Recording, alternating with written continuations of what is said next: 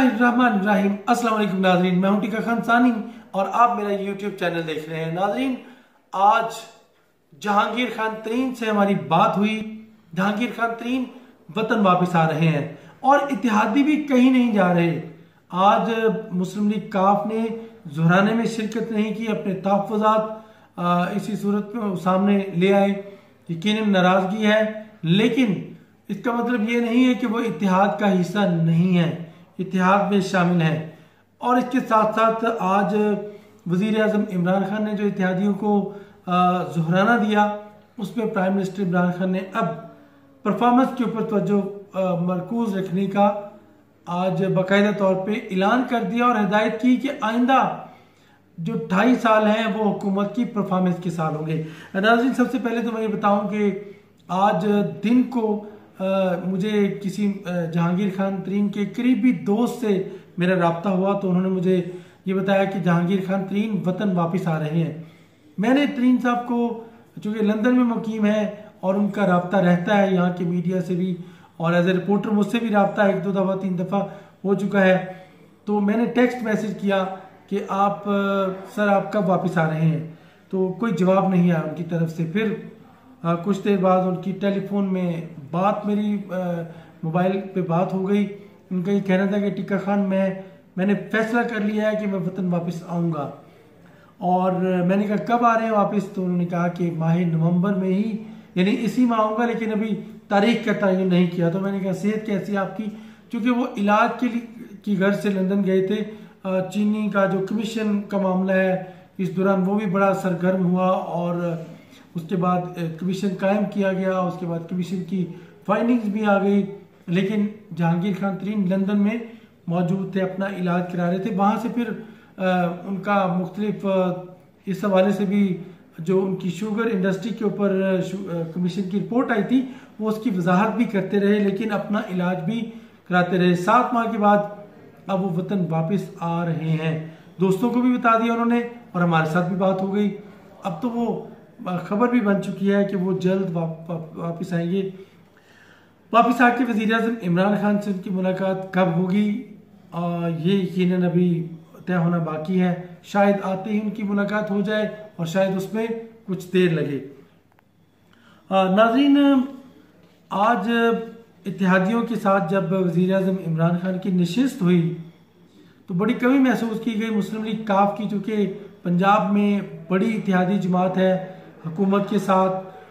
न सिर्फ सूबाई असम्बली में है बल्कि वफाक में भी तारिक बशीर चीमा, मोनस इलाही, चौधरी सालक समेत 5 MNAs और इसके अलावा कई MPs हुकूमत के साथ हैं। चौधरी शुजात को वज़ीर आज़म खुद भी पसंद करते हैं, और चूँकि चौधरी परवेज़ इलाही साहब तो स्पीकर सूबाई असम्बली हैं, तो यकीनन बड़ा इत्तेहादी जमात की हैसियत से उनका ना आना तशवीशनाक तो बात है। चूँकि उनको तहफ़्फ़ुज़ात ये थे कि एक तो बुलाया ब्यूरोक्रेटिक स्टाइल से गया था, वज़ीर आज़म को खुद कॉल करनी चाहिए थी। फिर किसानों के हवाले से उनके तहफ़्फ़ुज़ात हैं। लोकल गवर्नमेंट बिल जो है उस पर मुशावरत नहीं की गई। तारिक बशीर चीमा की वज़ीर आज़म से मुलाकात जो है वो नहीं हो पा रही, एक अरसे से काबीना का हिस्सा है। और साथ मोनस इलाही को वज़ीर बनाने के हवाले से जो फार्मूला था वो भी अभी मेच्योर नहीं हुआ। अब मोनस इलाही बनना चाहते हैं या नहीं चाहते, ये अलग बात है, लेकिन एक फार्मूला जो है वो भी रुका हुआ है। इसके साथ और भी कई मामला हैं जो कि हुकूमत और इत्तेहादी जो मुस्लिम लीग काफ है उसके अंदर खला है, वो ख़त्म नहीं हो रहा। मुझे याद है नईमुल हक मरहूम तो बहुत ही ज़्यादा कोशिश करके कुर्बतें ले आते थे, लेकिन अभी थोड़ा सा खला है। अब देखें ये कौन पुर करेगा। इसके साथ साथ आज बलूचिस्तान अवामी पार्टी, मुस्लिम लीग, MKM पाकिस्तान और दीगर जो इत्तेहादी जमातें हैं, उन्होंने शाहजहान बुगटी की भी आज वज़ीर आज़म से मुलाकात हुई।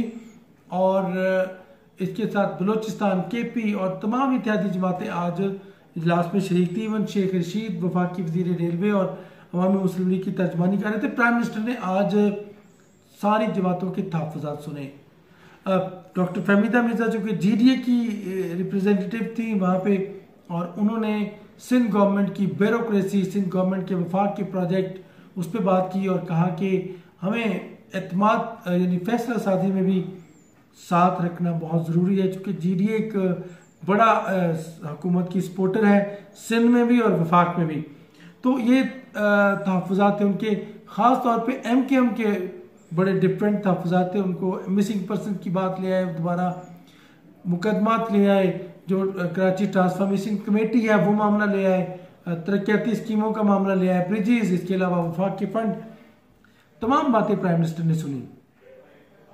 और इसके अलावा शाहजैन बुक टीवी में मिसिंग पर्सन की बात की, वहाँ पे कुछ मामला हैं जो बलूचिस्तान में, उसकी बात हुई।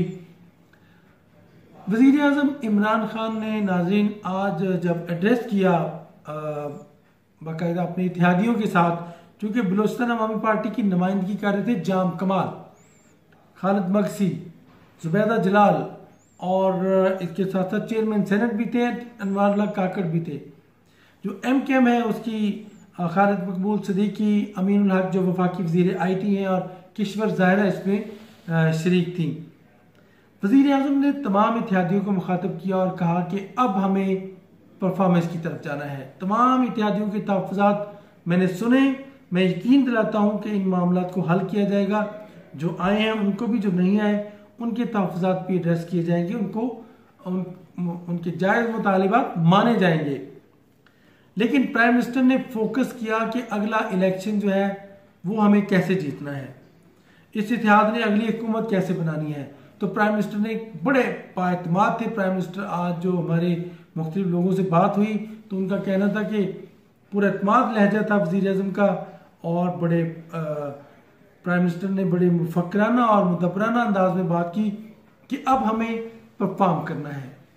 अब हमें अगले 2.5 साल जो है, पिछले 2-2.5 साल हमें तनकीद का सामना करना पड़ा, बहुत चैलेंजेस थे, महंगाई जैसा चैलेंज, मईशत जैसा चैलेंज, अपोजिशन का चैलेंज और दीगर कई चैलेंज, इत्तेहादियों का चैलेंज। लेकिन अब हमें आगे बढ़ना है और 2.5 साल है परफॉर्मेंस के। अब हमें बेहतरीन परफॉर्म करना है, जैसे पहले थी परफॉर्मेंस उससे बिल्कुल ही अक्सर मुख्तलिफ। अब हमें प्रैक्टिकली अवाम को रिलीफ फ्राहम करना है। तो अगली हुकूमत होगी परफॉर्मेंस की बुनियाद पर। वज़ीर आज़म ने कहा कि हम परफॉर्मेंस की बुनियाद पर इलेक्शन जीतेंगे, और साथ ही इलेक्शन के बारे में भी प्राइम मिनिस्टर ने बता दिया कि इलेक्शन बहुत फेयर और ट्रांसपेरेंट होंगे, शफाफ इलेक्शन होंगे और गैर जानिबदार होंगे, क्योंकि वज़ीर आज़म को ये यकीन है जो इलेक्शन रिफॉर्म्स आ रही हैं उसमें अब न्यूट्रल जो है वो इलेक्शन होंगे, और उसमें जो पार्टी वोट लेगी वो जीतेगी, कोई किसी की सपोर्ट नहीं कर सकेगा। प्राइम मिनिस्टर ने साथ अपोजिशन को नेशनल डायलॉग की भी बात की, क्योंकि महंगाई बहुत ज़्यादा बातें आई। तो प्राइम मिनिस्टर ने कहा महंगाई एक तरफ, हम उसको एड्रेस कर रहे हैं, ठोस इकदाम उठा रहे हैं, उस पर राय भी ली प्राइम मिनिस्टर ने, तमाम इत्तेहादियों की राय ली और उसको उसमें शामिल किया। बल्कि प्राइम मिनिस्टर ने अपने स्टाफ को कहा कि इसको नोट करें, इंप्लीमेंट करेंगे। तो वज़ीर आज़म ने आज अपोजिशन के साथ जो नेशनल डायलॉग की बात चल रही थी, प्राइम मिनिस्टर ने कहा कि आप खुद बताएं कि मैं नेशनल डायलॉग कैसे करूं, ज़रूरत है, वक्त की ज़रूरत है। मैं भी चाहता हूं कि नेशनल डायलॉग हो, अपोजिशन हो, हुकूमत हो, एक पेज पर आए, मुल्की मफाद की खातिर, सिर्फ जाती मफाद की खातिर नहीं। प्राइम मिनिस्टर ने कहा कि जब भी नेशनल डायलॉग की बात करते हैं अपोजिशन अपने केसेस ले आती है, अपने जाती मुतालबात ले आती है, जाती मुकदमात ले आती है। अपोजिशन चाहती है कि नैब के जो केसेस हैं उसमें राहत मिले। प्राइम मिनिस्टर ने कहा मैं कैसे कर सकता हूं, बताएं। नेशनल इश्यूज के ऊपर डायलॉग करनी है, जात को बाला तक रख के मेरे साथ बैठे, मैं बात करने को तैयार हूं। लेकिन प्राइम मिनिस्टर ने कहा इसके हासिल कुछ नहीं होगा, अगर वो जाती मफाद की बात करते हैं तो फिर ऐसे डायलॉग का फायदा क्या। तो इस वक्त आप परफॉर्मेंस की तैयारी करें। जो हुकूमत के जो अपोजिशन का बयानिया है उसकी मजम्मत की गई पूरे तमाम इत्तेहादियों की जानिब से। और इसके साथ साथ चूंकि असद उमर ने आज इकोनॉमी के ऊपर भरपूर ब्रीफिंग दी, असद उमर ने मईशत की बहाली, मईशत की इस्तेहकाम, बेहतरी की जानिब जो बढ़ रही है मईशत, उस पर बात की। डॉलर कम हो रहा है, रुपया ऊपर जा रहा है, एक्सपोर्ट बढ़ रही है पाकिस्तान की, बहुत सारे ऑर्डर्स आ रहे हैं, ज़र्रे मुबादला के ज़खायर बेहतर हुए, टैक्स रेवेन्यू बेहतर हुआ। तो प्राइम मिनिस्टर ने असद उमर ने तमाम अशारियों पे बात की कि वो बेहतर हो रहे हैं। एक तो ये थी नाज़रीन, उसके साथ साथ आज क्योंकि वज़ीर आज़म के जो गुज़श्ता इजलास हुआ था उसमें बात हुई थी कि कोई किसी को माफ़ नहीं किया जाएगा अगर गंदम चीनी के मामले में किसी ने कोई हेर फेर किया है। तो ब्यूरोक्रेसी को कहा गया था कि इब्तदाई तौर पर तो वजारत नेशनल फूड सिक्योरिटी यानी सेक्रेटरी इंचार्ज है या मिनिस्ट्री इंचार्ज है, तो कहा गया था उसके खिलाफ कार्रवाई करें। तो आज सेक्रेटरी उमर हमीद जो कि नेशनल फूड सिक्योरिटी के हैं उन्हें हटा दिया गया है। उन्होंने आर्गो किया था काबीना में, तमाम अरकान नाराजगी का इजहार कर रहे थे कि ब्यूरोक्रेसी की वजह से हुकूमत को भुगतना पड़ रहा है। तो उन्होंने कहा जी 33 साल मेरी सर्विस हो गई है, ऐसी बात भी नहीं है।